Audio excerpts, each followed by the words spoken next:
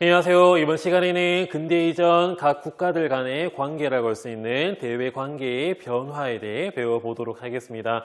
교과서는 56페이지부터 봐주시면 됩니다.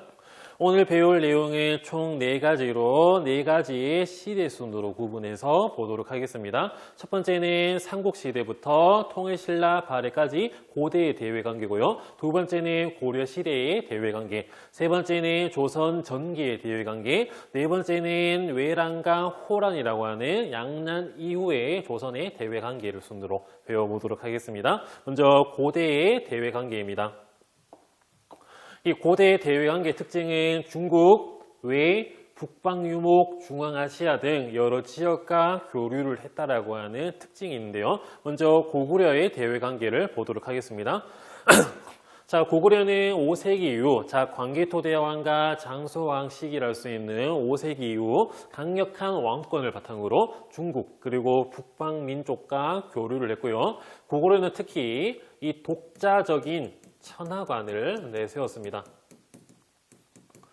자, 천하관이라고 하면 이 천하를 바라보는 관점이라고 할 수 있거든요. 중국도 자기들의 천하관이 있다면 우리도 우리만의 천하가 있다라고 하니 이 독자적인 천하관을 고구려가 내세우게 됐습니다. 이 관련 내용은 이 다음 페이지에서 보도록 하겠습니다. 자, 그 다음에는 백제인데요. 자, 백제는 일본이라 할 수 있는 외와 사실상 혈연 관계였습니다. 자, 외와 긴밀하게 교류하며 문물을 전해줬고요. 이때 대표적인 문물이 칠지도라고 하면서 앞 강의에서 배워봤습니다.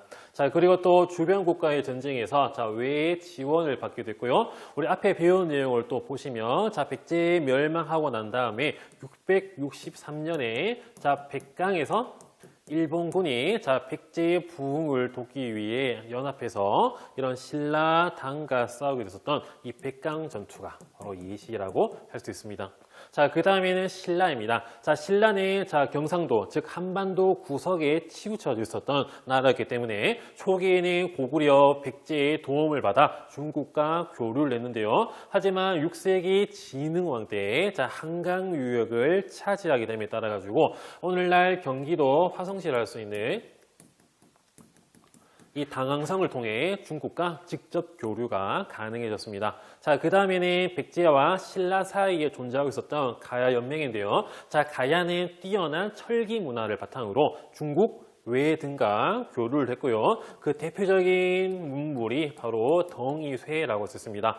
이 쇠가 덩이처럼 나와 있다. 이것이 바로 덩이쇠라고 썼거든요. 이 덩이쇠 자체가 화폐가 되게 됐었고, 이 덩이쇠를 녹여가지고 다른 국가의 화폐를 만들든지, 또 철제 무기, 철제 농기구, 철제 갑옷 이런 철제 물건들을 이 덩이쇠가 그 원료가 되게 됐습니다. 자, 그 다음에는 7세기쯤에 삼국 통일의 과정입니다. 자, 7세기가 되면 고구려 그리고 백제 돌궐이 연합을 해서 신라 당과 맞서 싸우게 되거든요. 이 돌궐이라고 하면 북방 유목 국가라고 할 수 있는데 튀르크 계열이라고 할 수 있는 이런 족들이 세운 국가가 여기는 돌궐이었는데요. 이렇게 국가들 사이에 연합 연맹이 일어나서 서로 대치되는 상황이었고요. 결국은 신라와 당의 나당 연합군이 차례차례 백제, 고구려를 멸망시키게 되는데 신라는 한반도를 모두 장악하려고 하는 당과 이 나당 전쟁을 벌였다가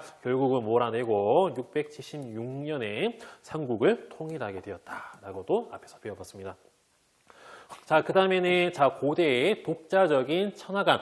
중국도 천하가 있다면 우리나라에도 독자적인 천하가 있다. 이런 천하관을 보도록 하겠습니다. 먼저 고구려입니다. 자, 국강상 광개토경 평안 호태왕. 이게 바로 광개토 대왕이라고 할 수 있는데요. 광개토 대왕이 18세 여왕이 올랐으나 영락태왕이라고 하였다라고 이러한 광개토 대왕 능비에 적혀져 있거든요. 이 영락이라고 하면 고구려의 연호, 그 연도를 부르는 호칭이라고 할 수 있습니다. 또 앞선 강의에서 이 연호를 만들 수 있는 국가는 중국의 천자국밖에 없다라고 했었는데 그러한 고구려가 독자적으로 연호를 만들었다는 것은 우리만의 천하가 있다. 이거를 내세웠던 증거가 되기도 합니다. 그리고 또 태왕이라고 하면 그냥 왕도 아니고 더욱더 큰 왕, 클태자를 붙인 이 태왕이라는 호칭도 독자적인 천하관의 그런 증거를 알 수 있고요. 또 내려가서 읽어보도록 하겠습니다. 백제를 낮잡아 부르면서 백잔이라 불렀고요. 이 백잔과 신라는 예로부터 고구려에 속한 백성으로 고구려의 조공하였다라고 되어 있습니다. 이 조공이라고 하면 자기 지역의 또는 자기 국가의 특산물을 더 큰 국가한테 바쳤던 걸 바로 조공이라는데요. 백제와 신라가 우리에게 조공바치는 국가였다. 우리는 독자적인 천하가 있다. 이런 고구려의 관점을 광개토대왕 릉비에서 봤습니다. 자, 그 다음 이어서 백제를 보도록 하겠는데요. 백제의 동성왕 때 있었던 그런 내용이 삼국사에 적혀 있습니다. 탐라라고 하면 제주도에 있었던 옛 국가였는데요. 이 탐라에서 백제에 공물을 바치지 않자 직접 치려고 무진주에 이르렀다. 탐라에서 소문을 듣고 사신일본이 백제에게 사죄함으로 중재하였다라는 기록이 남아 있습니다. 백제에서는 또 스스로 대왕이라고 하는 칭호를 썼고요. 또 마한의 일부를 남쪽의 오랑캐라고 하면서 남만이라고 불렀고요. 이렇듯 탐라에 조공을 받기도 했습니다. 그 다음에는 신라입니다. 신라에도 마찬가지 1년 스님이 쓴 삼국유사에 황룡사 9층 목탑에 관한 내용이 있습니다. 이 9층 탑을 황룡사 안에 세우면 이웃나라가 항복하고 주변 9개 국가가 신라에 와서 조공할 것이다. 우리 조공받고 싶다 이런 생각이 다 드러나기도 하고요. 그리고 신라에서도 독자적인 연호를 쓰기도 했습니다. 바로 보풍왕 때 이 건원이라고 하는 또 연호를 이들이 사용하기도 했습니다. 그 다음에는 발해인데요. 발해는 다음 페이지에 볼 겁니다. 먼저 대무에 즉 발해의 무왕이 왕이 올라 영토를 크게 개척하니 동국의 모든 오랑캐가 겁을 먹고 그를 섬겼다. 발해를 섬겼고요. 또 발해도 독자적인 연호를 씁니다. 발해 무왕 때는 인안, 그리고 발해 문왕 때는 대흥 이러한 독자적인 연호를 황제 공만 쓸 수 있는 연호를 이 발해가 사용했고요. 그리고 또 발해의 왕을 황제폐야 이런 황상이로 부르기도 했습니다. 이렇게 독자적인 천하관을 봤고요. 그 다음에 이어서 통일신라와 발해를 보도록 할게요. 먼저 통일신라와 당의 관계입니다. 두 국가는 7세기 중반쯤에 전쟁을 벌였기 때문에 사이가 안 좋습니다. 그러다가 8세기 전반 이후 점차적으로 관계가 회복됨에 따라 가지고 당나라의 신라인들과 관련된 시설들이 설치되게 됩니다. 당의 바로한 신라인들의 마을이라 할 수 있는 신라방이 여러 군데에 설치되고요. 이런 마을이라 할 수 있는 신라방을 감독하기 위한 관청인 이 신라소가 설치됐고, 그리고 또 신라인들의 절이라 할 수 있는 신라원도 함께 건립이 되기도 했습니다. 그리고 또 이러한 신라소, 신라원은 신라방과 거의 사실상 같이 있었다. 물론 떨어져 있기도 하지만 같이 있었다라고 하시면 됩니다. 그 다음에는 국제무역의 발달입니다. 통일 신라와 일본의 교류가 활발히 전개되고요. 일본인들이 신라의 배를 이용해 당에 오가게 됐습니다. 대표적인 일본인 인물이 엔닌이라고 하는 9세기 때의 스님이 있었는데요. 이 스님이 당나라에 건너가서 공부를 하고 돌아오기 위해 이 장보고의 도움을 받았다. 이런 기록이 전해지기도 합니다. 그리고 또 대식국이라 불렸던 이 아라비아 상인들이 신라에 와서 교역을 하기도 했습니다. 이때는 대표적인 국제무역항이 있는데요. 바로 당은포, 이 당항성의 후신을 할 수 있는 이 당은포와 현재 울산이라 할 수 있는 사포가 국제무역항으로 크게 번영했다라고 합니다. 그리고 또 9세기 전반에는 아까 언급이 되었던 이 장보고가 남해의 완도에다가 이 청해진을 설치하게 됩니다. 이 청해진을 바탕으로 해적들도 물리치기도 하고요. 당, 신라, 일본을 연결하는 해상 무역을 이 장보고가 장악하게 됐습니다. 물론 장보고는 통일 신라 왕위 계승 다툼에 휘말려 가지고 죽임을 당하게 됐습니다. 그러면 이어서 발해를 보도록 하겠습니다. 앞서 배운 내용들 많이 나오고 있죠. 편하게 다 들으시면 됩니다. 먼저 발해와 당의 관계입니다. 발해 무왕 때는 당의 산둥반도를 공격합니다. 장문유를 시켜가지고 등주를 쳤다라고 배워봤는데요. 하지만 그 다음 왕이었던 이 문왕 때는 당과 우호 관계를 맺고 활발히 교류를 하게 됩니다. 그렇듯 발해 사신이 편하게 와가지고 숙박할 수 있도록 당나라가 어떤 시설을 이 산둥반도에 설치해 줍니다. 이것이 바로 자 발해관이라고 했습니다. 신라 사신들이 머무르는 여관, 다시요. 자, 발해 사신들이 머무를 수 있는 여관인 이 발해관이 설치되게 됐습니다. 이 발해관 옆에는 또 당나라가 신라 사신들 또는 신라 유학생들이 머무를 수 있는 여관인 이 신라관을 이 발해관 옆에다가 같이 설치해 주기도 했습니다. 자, 그러면 발해와 신라의 관계를 볼게요. 두 나라는 초기에 대립을 했지만 이 신라도라고 하는 신라로 가는 길, 이 무역 루트를 설치해가지고 신라와 발해가 교류를 했고요. 자, 그리고 또 발해와 외, 즉 일본의 관계입니다. 자, 건국 초부터 자, 일본과 발해가 활발히 교류를 합니다. 왜냐하면 신라와 당을 견제하기 위해서요. 그리고 또 이러한 일본으로 가는 길, 일본도를 통해서 열심히 교류를 했다라고 합니다. 자, 그러면 지도를 한번 보도록 하겠습니다. 자, 교과서에 있는 지도인데요. 밑에는 신라가 있고 위에는 발해가 있습니다. 자, 그러면 발해와 신라가 무역하는 길이라 할 수 있는 이 신라도가 있기도 있고요. 또 발해와 일본이 무역하기 위한 길인 자, 일본도가 있기도 했습니다. 또 신라 내에서는 이 당은포가 국제무역항, 마찬가지 이 사포, 현재 울산도 자, 국제무역항으로 크게 번성을 하기도 했습니다. 또 여기 남해 완도에는 장보고가 세운 청해진이 있기도 있고요. 자, 그리고 산둥반도 등주에는 발해 사신들을 위한 여관, 숙박업소인 발해관이, 그리고 또 신라 사신, 그리고 신라 유학생 등등이 머무르기 위한 신라관이 당나라에 의해서 설치되기도 했고요. 여기 보시면 신라방의 소재지가 이렇게 집 모양으로 있는데요. 신라방들이 상당히 많았다 하시면 될 것 같습니다. 이 법화원의 장보고가 세운 신라원 중에 한 개인데 이렇게 대표적으로 법화원이 있기도 했습니다. 자, 그럼 이어서 자, 고려의 대외관계, 고려는 이런 국제관계, 무역을 어떻게 했는가? 자, 이어서 보도록 할게요. 이 고려 시대는 전체적으로 자, 세 개로 나뉘어서 보도록 하겠습니다. 자, 12에서 12세기인 고려 전기. 자, 두 번째는 원나라의 간섭을 받는 원간섭기. 세 번째는 14세기쯤에 원나라가 약해지고 명나라가 강해지는 이 원명 교체기 시기로 나누어서 보도록 할게요. 먼저 초록색 고려 전기입니다. 자, 고려 전기에는 실리, 자, 실질적인 이득과 안정을 추구한 이런 관계가 맺어집니다. 송나라와 친하게 지냈고요.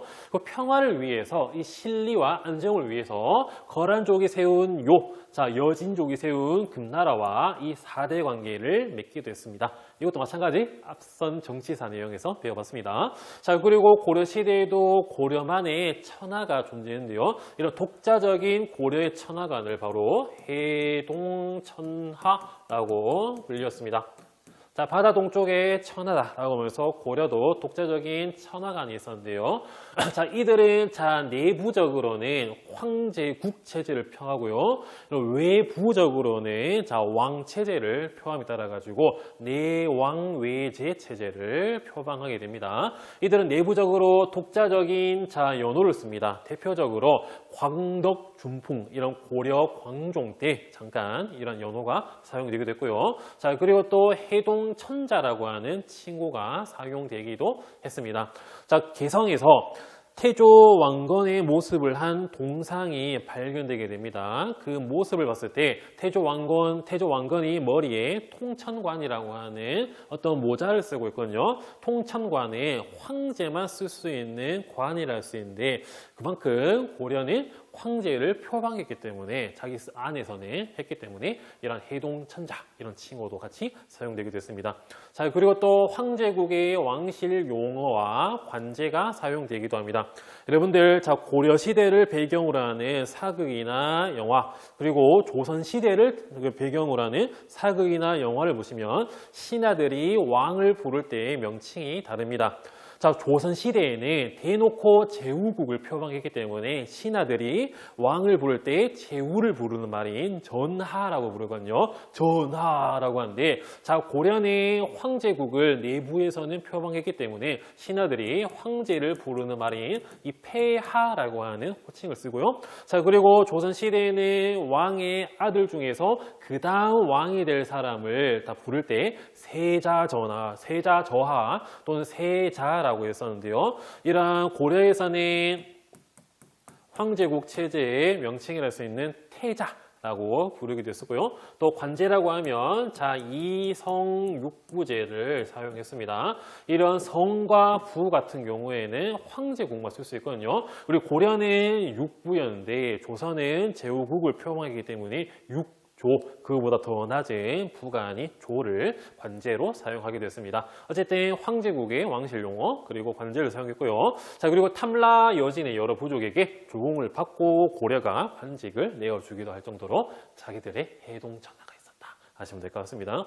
자, 그러다가 자, 무신 정권 지나서 우리나라가 원나라, 즉 몽골족이 세운 원에게 간섭을 받는 원간섭기가 13에서 14세기에 전개되게 됩니다. 자, 고려는 원의 자, 부마국이 됩니다. 부마국. 앞에 해봤는데요. 이 부마라고 하면 사위입니다. 사위. 이제 고려의 왕은 원나라 황제의 사위로서 활약했던 게 바로 여기 있는 부마국이라고 할 수 있고요. 부마국이 되어 내정 간섭을 받게 됩니다.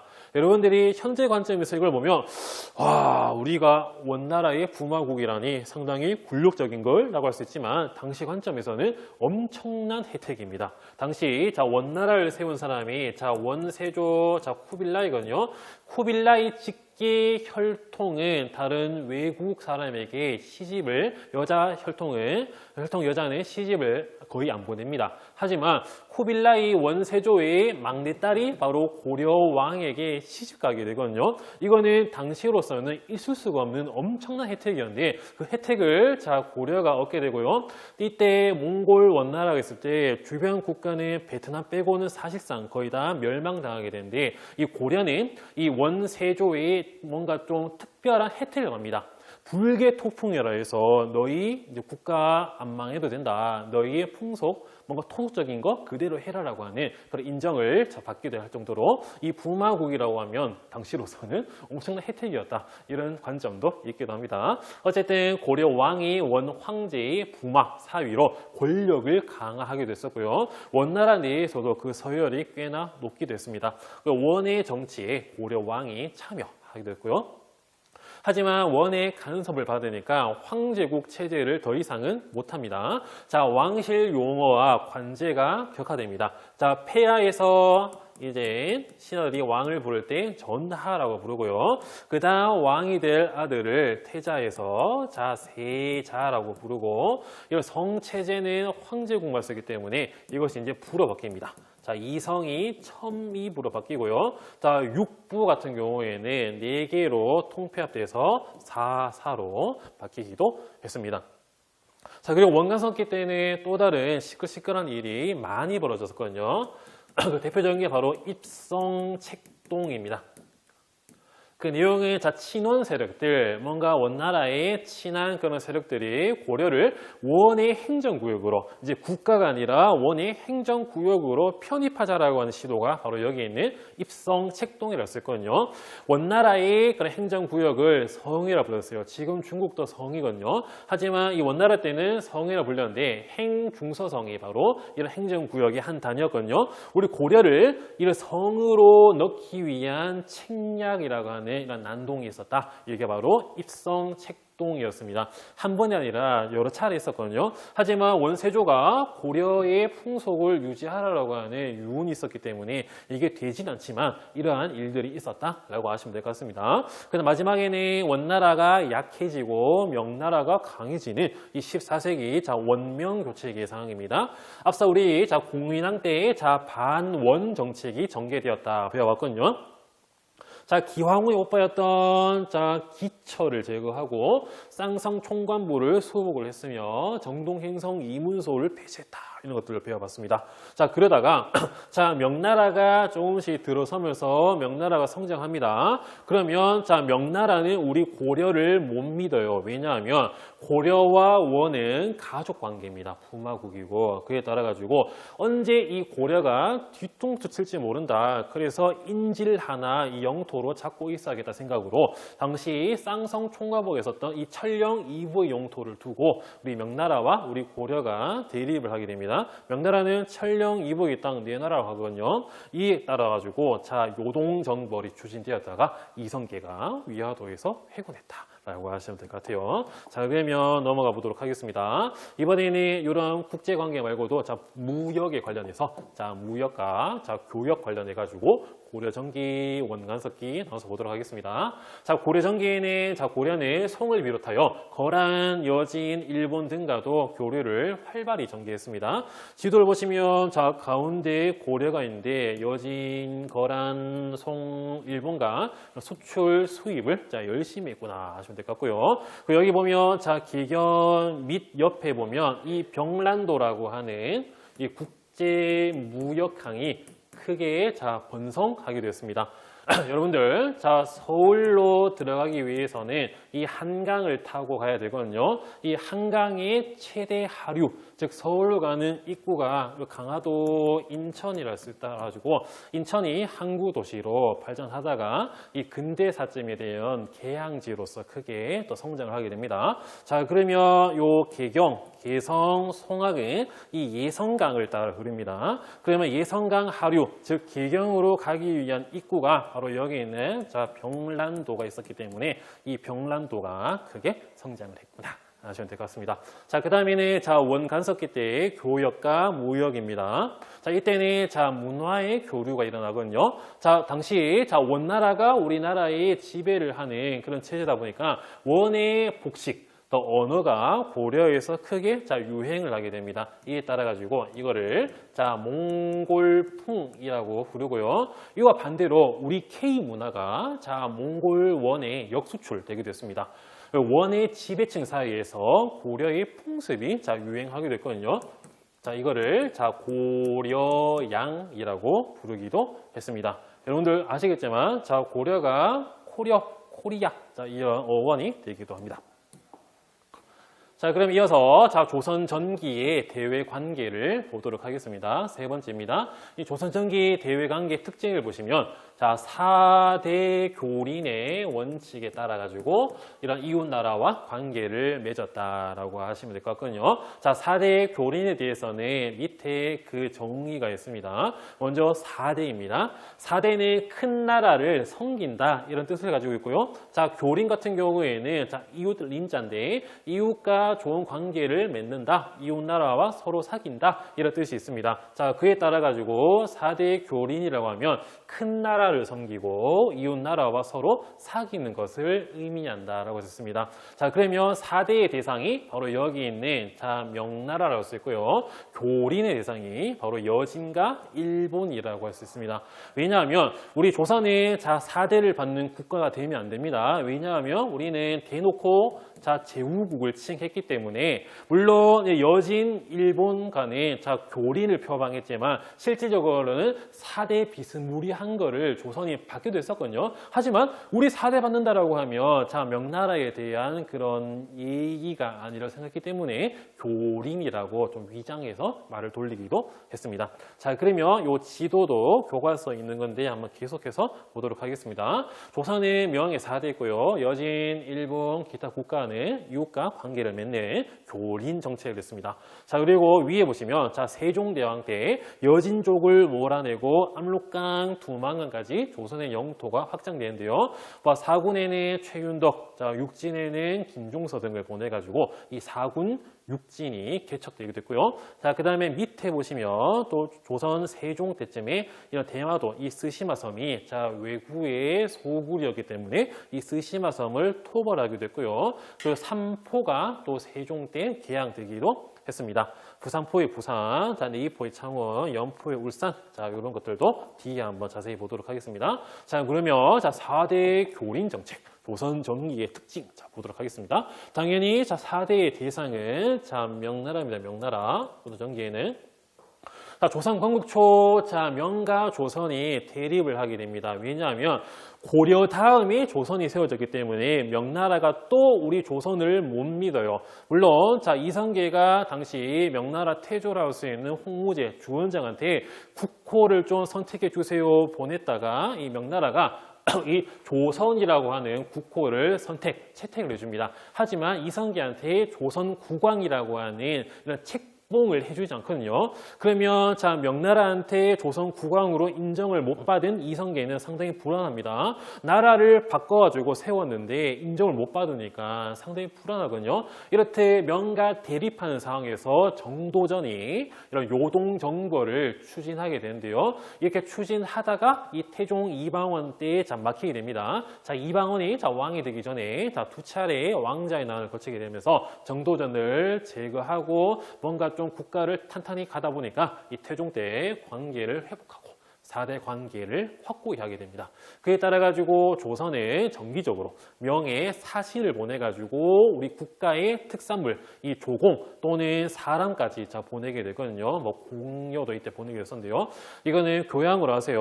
보통은 정기적으로 조공 사절단을 3번 보냅니다. 첫 번째는 신년 이 새해가 되었을 때 조선의 사절단이 명나라에 가서 조공을 보내고요. 두 번째는 황제 생일 때.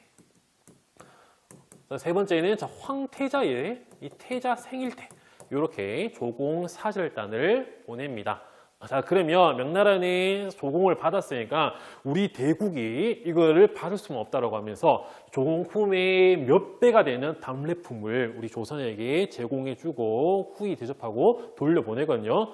자, 물론 정기적은 3번이었지만 특별 사절까지 합치면 한 4회 또는 그 이상이 되었다라고 합니다. 자, 그러면 이렇게 조공을 제일 잘했던 조선의 왕이 누굴까요? 바로 조선 세종대였습니다. 조선 세종대. 세종대에 이런 조공을 가장 많이 보냈다. 이런 것도 있고요. 자, 그러면 명나라는 우리 조선에서 이런 조공 사절단이 많이 오니까 좀 오지 마라라고 합니다. 너희 너무 많이 온다. 그러니까 이제 3년에 한 번씩만 와라라고 하면서 그런 말을 끊게 됐거든요. 왜냐하면 이 답례품에 대한 부담이 너무 큽니다. 대국이 더 많이 줘야지라고 하면서 엄청난 비용을 쓰다 보니까 이 조선의 사절단을 조금은 좀 부담스러워했다라고 했거든요. 하지만 조선은 이에 굴하지 않고 계속해서 조공을 보냈다고 합니다. 자, 이어서 보도록 할게요. 또 새로운 조선 국왕이 즉위하면 의례적으로 명나라 황제가 우리나라 조선의 왕을 조선 국왕으로 책봉하게 됐습니다. 자, 그러면 우리나라 같은 경우에는 4대를 함으로써 조공을 바침으로써 왕권이 안정화됩니다. 큰 나라한테 조선 왕으로 인정을 받았기 때문에 자, 그러면 명나라 같은 경우에는 4대를 받습니다. 명황제의 입지가 권위가 올라가고요. 또 중국 같은 경우에는 중국 국경지대가 상당히 넓습니다. 그럼 언제 이민족들이 여러 군데에서 쳐들어올지 모르거든요. 그에 따라 가지고 주변국들과 평화적인 관계를 맺어놓으면 국방비도 절약을 할 수 있기 때문에 이런 조공 그리고 책봉 관계가 상당히 좀 유용했다고 합니다. 이렇듯 4대 관계를 봤고요. 이어서 명나라 말고 그 외 국가들과의 교린을 보도록 하겠습니다. 먼저 여진족인데요. 회유책과 강경책을 함께 진행합니다. 먼저 여진족들을 우리 조선인으로 귀순해라라고 하면서 귀화, 귀순을 장려하고요. 국경지대에 이들이 생필품을 살 수 있도록 이 무역소가 조선 태종 때쯤에 설치가 되게 됩니다. 여진족들이 국경 넘어서 우리나라 약탈한 이유가 날씨가 추워지면 먹을 게 없기 때문에 생필품을 얻기 위해 우리나라를 공격해서 이걸 뜯어가거든요. 그러면 우리 털지 말고 우리 조선이 너희와 무역할 수 있게 허용해 줄게 라고 하는 이런 기관이 무역소를 설치하게 되었습니다. 하지만 강경하게 나오긴 합니다. 무역소 설치에도 불구하고 약탈 오면 이들 직접 군대 끌고 와서 투벌을 하게 됐고요. 또 조선 세종 때는 이 4군 6진을 영상을 찍다가 제한 시간이 30분까지라 가지고 일단 끊고 다시 재촬영을 해보겠습니다. 조선 세종 때는 이 4군 6진이 개척되는데요. 최윤덕을 보내가지고 여진족을 몰아내고 4군을 설치하고요. 그리고 김종서 등을 보내가지고 또 여진족을 몰아내고 6진을 개척함에 따라 가지고 압록강, 두만강까지 영토가 확장되게 되었습니다. 그 다음에는 일본에 대한 그런 정책을 자, 강경책과 회유책으로 나눠서 보도록 하겠습니다. 자, 고려 말 조선 초 때는 일본 해적이라 할 수 있는 왜구들의 침략이 상당히 심했습니다. 이 조선 초, 이 태종, 세종 때에도 왜구의 침략이 심했기 때문에 이들을 진압하기 위해 강경한 정책으로 나가게 됩니다. 당시 왜구의 근거지라 할 수 있는 이 스시마섬, 이 대마도를 마찬가지 조선 세종 때 정벌을 하게 됐고요. 스시마 섬이 정벌당하게 되니까 스시마의 최고 대빵이라 할 수 있는 스시마 도주가 그래도 무역은 허락해 주세요 이런 요청에 따라 가지고 우리 조선 남부에 삼포 세 개의 포구가 개항되게 됩니다. 부산포, 내이포, 연포라 쓸 건요. 부산포는 이름 그대로 부산이고요. 내이포는 창원입니다.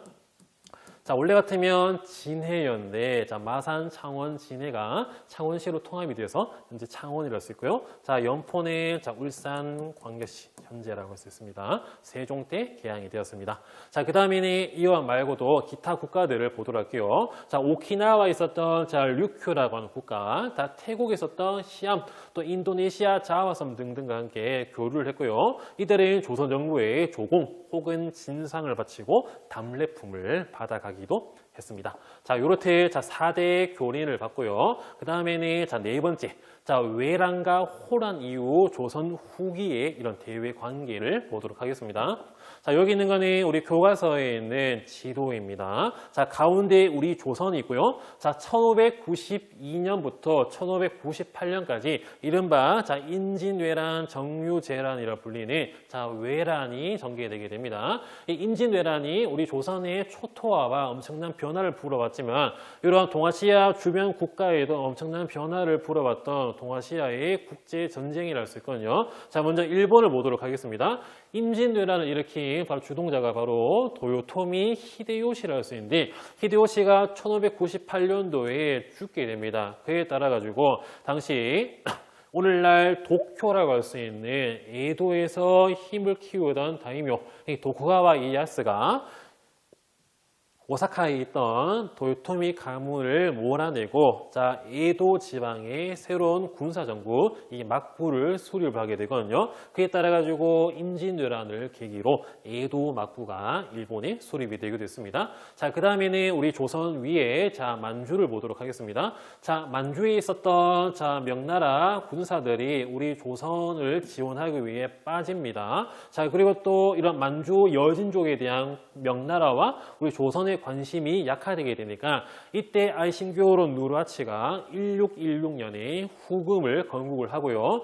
이렇게 국력을 많이 썼던 명나라가 이런 농민 반란, 즉 이자성의 반란 등에 의해서 1644년에 멸망당하게 되니까 이를 노려가지고 청나라가 후금이 바뀌는 청나라가 베이징을 점령하고 중원을 통일하기도 했습니다. 이렇듯 동아시아 국제전쟁 임진왜란이 에도 막부 수립, 후금, 청, 명멸망까지 이어지는 연쇄작용이 되기도 했습니다. 자, 그러면 양난 이후의 대외 관계를 보도록 하겠습니다. 자, 대전제는 조선이고요. 우리 조선과 일본의 관계를 보도록 하겠습니다. 당연히 1598년까지 임진왜란이 전개되었기 때문에 두 국가 사이에는 외교와 단절됩니다. 그러다가 17세기 초에 에도 막부가 포로를 송환하는 등 적극적으로 국교 재개를 요청합니다. 도쿠가와 가문에서 왜란 일으킨 거는 도요토미 가문이지 우리 도쿠가와 가문은 임진왜란에 적극 개입하지 않았다. 그러니까 포로 돌려줄게. 우리랑 다시 국교를 맺자. 이렇게 하게 되니까 조선의 포로 송환을 명분으로 사신을 파견하고 1607때 국교를 재개하게 됩니다. 자, 그리고 또 부산 초량에 이 초량외관을 설치해서 제한된 범위에서 외교 무역을 허용해 주게 되거든요. 임진왜란 전에는 자, 일본 사신들이 한양, 즉 한성까지 가서 뭔가 문서를 드리는 등의 그런 행동, 행위가 가능했습니다. 하지만 외란 때는 일본 사신들의 한성 출입이 금지됩니다. 이들이 언제 또 쳐들어올지 모르니까 뭐 지도 쓰는 거 아니냐 의심할 수 있거든요. 그에 따라서 일본 사신들이 이 초랑 외관에만 머무를 수 있는 그런 제한된 그런 외교가 적용되기도 했습니다. 자, 그러다가 우리 조선의 사절단이 자, 일본에 파견되게 되는데요. 자, 이거를 바로 통신사라고 부르게 됩니다. 물론 통신사는 임진왜란 이전에도 있기도 했지만 이 통신사가 임진왜란 이후 그 영향력이 매우 커지게 됩니다. 자, 그러면 파견하는 배경을 보도록 할게요. 자, 에도 막부는 당시 막부의 최고 대장을 세기 다이쇼군, 즉 장군이라 할 수 있는 쇼군이라고 불렸는데요. 쇼군이 교체될 때마다 조선의 이 통신사를 요구하게 됩니다. 왜냐하면 우리 쇼군의 즉위를 축하해주기 위해 조선이 우리 에도 막부에 조공을 바치러 온다라고 하고 사람들을 속이기도 했었거든요. 아무튼 막부는 통신사를 통해 지방 영주, 자, 다이묘와 백성에게 권위를 과시합니다. 쇼군이 즉위하니까 조선이 우리한테 조공 바치러 온다 이렇게 속여가지고 자신들의 권위를 올리게 됐습니다. 자, 그러면 통신사의 영향을 보도록 할게요. 마찬가지로 막부는 지방 영주와 백성에게 자, 권위를 과시했고요. 통신사는 두 나라가 다양한 문물을 교류하는 통로 역할을 하게 되었습니다. 자, 통신사가 지나가면 수많은 일본 민중들이 통신사를 보기 위해 환영 인파가 몰리게 됩니다. 통신사한테 글 하나만 써주세요 라고 하면서 막 요청을 하게 되거든요. 통신사가 글 하나 탁 써주면 일본 사람들이 글 가져가지고 뭐 가보로 삼는다든지, 또는 통신사가 일본에 처음 왔을 때 했던 말들 쓴 글들이 돌고 돌다가 통신사가 임무 마치고 조선으로 돌아갈 때쯤이면 일본 서점에 책으로 나와 있다든지, 그만큼 엄청난 문화와 문물의 센세이션이 바로 여기 있는 통신사였고요. 일본의 출판 문화가 강했다 하시면 될 것 같습니다. 자, 그러다가 통신사 파견이 중단되게 되는데, 자, 통신사의 필요성이 감소되게 되고 막부가 탄탄해지다 보니까 또 막대한 접대 비용, 이들이 오면 막부가 다 돈을 내줘야 됩니다. 이런 것 때문에 1811년에 통신사 파견이 중단되게 됩니다. 자, 그러면 이어서 자, 청나라와의 관계를 보도록 하겠습니다. 자, 병자호란으로 자, 명과의 관계를 조선이 끊고 이제 청나라에게 사대를 함에 따라 가지고 자, 군신 관계가 체결되게 되거든요. 이에 따라 가지고 우리 조선 내에서는 자, 북쪽을 정벌하자라고 하는 이론인 이 북벌론이 대두되게 됩니다. 자, 북벌론은 자, 청에 당한 치욕, 이 병자호란 삼전도 굴욕을 당한 이 치욕을 씻고 명의 의리를 지키자는 주장이 바로 여기 있는 북벌론이라고 쓸거든요. 이 전개 과정을 보면 이 효종 때 적극적으로 북벌이 추진되기도 했습니다. 하지만 청나라가 가면 갈수록 더욱더 강화되게 되고 돈 때문에 결국은 이 북벌론이 중단되게 됐습니다. 자, 그러다가 자, 이 나선이 바로 자, 러시아라 쓸 거거든요. 러시아를 알아서라 불렀는데 이 나선 러시아를 정벌하는 이 나선 정벌이 또 청의 요청으로 우리 조선군이 자, 파병되게 됐습니다. 자, 효종 때 효종은 북벌론 했던 사람 아닙니까? 그런데 왜 청나라를 도와줘요? 대놓고 북벌론 하면 청나라한테 박살납니다. 그래서 청의 요구를 잘 들어줘야 돼요. 그래서 효종 때 청의 요구에 따라 군대를 파견해서 러시아군 이런 나선을 격퇴하게 됐습니다. 그럼 내려가지고 이번에는 자, 연행사입니다. 당시 청나라의 수도가 베이징 북경이었는데요. 이 베이징을 부르는 말이 연경이었습니다. 그에 따라서 연경으로 가는 사절단, 이 연행사가 정기적으로 자, 파견되기도 했습니다. 자, 조선이 청과 서양의 새로운 문물을 받아들이는 통로가 이 연행사가 됐고요. 자, 연암 박지원도 이 연행사로 파견이 된 적이 있습니다. 자, 그러면 자, 이어서 이번에는 자, 영토 문제 등을 자, 마지막으로 보도록 하겠습니다. 자, 조선과 청 사이의 국경 영토 문제인데요. 이 대표적인 사례가 바로 자, 백두산에 세워졌던 자, 비석인데요.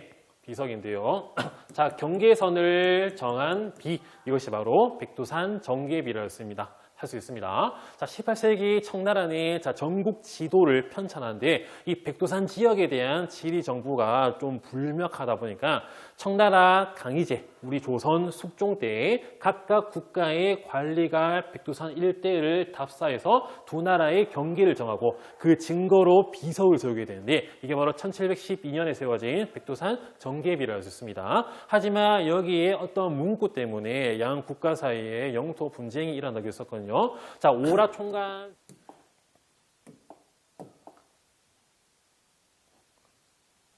자, 죄송합니다. 이번에 있는 찍다가 배터리가 다 돼가지고 새로 찍게 되었습니다. 자, 그러면 이어서 한번 보도록 할게요. 자, 오라 총관, 자, 목극 등이, 자, 황제, 자, 강희제의 명을 받들어 국경을 조사하기 위해 여기 백두산을 이루어 살펴보니 서쪽은 압록이며 동쪽은 토문이다. 분수령 위에 돌을 새겨 기록한다. 이것이 바로 백두산 정계비의 내용인데요. 여기에서 동쪽 경계선을 할 수 있는 이 토문이 어디냐에 따라 가지고 조선과 청 사이에 영토 분쟁이 벌어집니다. 청나라는 당연히 두만강이지 않느냐 주장하고요. 조선에서는 토문은 숭화강, 즉 송화강이다라고 주장을 하게 됐습니다. 이렇듯 백두산 정계비의 내용도 봤고요. 자, 그 다음에 마지막으로 독도의 내용을 보도록 하겠습니다. 조선과 일본 사이의 영토 문제라고 쓰는데요. 자, 조선 후기, 일본 어민들이 울릉도와 독도를 자주 침범합니다. 왜냐하면 조선 전기, 왜구들의 이런 노략질이 심했기 때문에 공도 정책, 섬을 다 비워서 섬 주민들을 우리 내륙으로 옮겼었거든요. 그에 따라서 울릉도와 독도가 사람이 거의 살지 않았었는데요. 이 틈을 노려가지고 일본 어부들, 어민들이 많이 넘어와서 물고기 잡이를 했습니다. 자, 그러다가 조선 후기 숙종 때 그 유명한 안용복이 두 차례 일본으로 건너가지고 울릉도와 독도가 우리 조선의 땅임을 증명받고 돌아오게 되거든요. 두 차례 가게 되는데 첫 번째는 울릉도에서 일본 어민들이 물고기 잡아오고 있으니까 안용복이 자기 동료와 함께 일본 어민들한테 따집니다. 울릉도에서 야, 여기 우리 조선 땅인데 왜 너희 일본 사람들이 물고기 잡이를 하느냐 따지니까 일본 어민들이 안용복을 납치해 갑니다. 일본으로 잡아가 버리거든요. 이때 안용복이 기지를 발휘해서 일본에서도 굴하지 않고 막 목소리를 낸 결과 우리나라 땅임을 증명받고 왔고요. 자, 여기에 더 나아서 두 번째로 일본으로 건너가게 되는데 일본으로 두 번째 건너갈 때 안용복이 관리 사칭을 좀 하게 됩니다. 나는 울릉도와 독도를 관리하는 관리인데 너희 일본 어부들이 자꾸 울릉도 독도 넘어오니까 이곳이 우리 조선의 땅임을 증명받기 위해 왔다라고 뭔가 사칭을 해서 말을 하게 되고 그에 따라 가지고 막부가 울릉도와 독도가 우리 조선의 영토라고 하는 증명서를 주게 되었습니다. 그리고 또 일본인들이 이러한 땅에 넘어가지 못하도록 했고요. 조선 정부에서는 안용복이 관리 사칭을 했으니까 사형을 시켜야 된다라고 하는 그런 여론이 막 돌게 되거든요. 하지만 그의 공로가 크죠. 울릉도와 독도가 우리나라 땅임을 증명받았기 때문에 그래서 사형은 면하고 감면해서 유배형으로 처해지기도 했습니다.